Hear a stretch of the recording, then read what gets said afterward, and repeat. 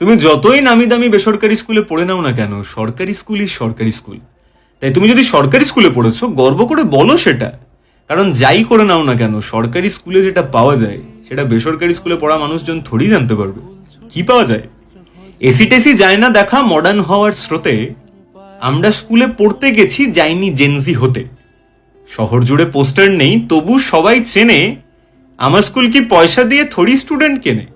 তুমি বেসরকারি স্কুলের হাজারটা ব্যানার পোস্টার দেখতে পাবে, সরকারি স্কুলের নামটাই যথেষ্ট, তবু সেখানে ছাত্রছাত্রী আসবে, বাবা মা নিজে দিয়ে যাবে।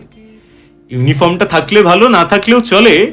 ব্ল্যাকবোর্ডেতে আজও সেথায় চকই কথা বলে। পাখা টাখা একটু বাঁকা, রুমগুলো সব বুড়ো, নোংরা দেওয়াল, টেবিল ভাঙা, ভাসছে চকের গুঁড়ো। হ্যাঁ, কিছু ফ্লস তো অবভিয়াসলি আছে, কিন্তু তাতেও অনেক শান্তি ছিল, লাগতো না জেল মনে। ডিপ্রেশনে ডুবতো না কেউ স্তব্ধ ক্লাসের কোণে। ঘুগনি মুড়ি ফুচকা গাড়ি থাকতো গেটের পাশে, হাত বাড়ালেই পেতাম যে সব দামি স্কুলে আসে। বই খাতা সব বাইরে নিতাম, স্কুলে কিনতে হতো না। বই খাতা সব বাইরে নিতাম, যে যার নিজের মতো। বাড়তি খরচ পকেট জুড়ে দেয়নি কোনো ক্ষত। পড়াশোনা দিব্যি হতো। যারা বলে না সরকারি স্কুলে কোনো পড়াশোনা হয় না, মিথ্যে কথা ভাই, হয়। তোমরাই ছেলে মেয়েদের পাঠাও না তো হবে কোথা দিয়ে?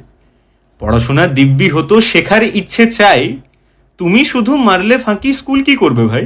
তোমাকে তো পড়তে হবে। বেসরকারি স্কুলে সবাই কি খুব ভালো হয় নাকি পড়াশোনায়? তবে একটা কথা ঠিক, যে বেসরকারি স্কুল ঝাঁ চকচকে হয় ভাই, দেখতে তো দুর্দান্ত হয়।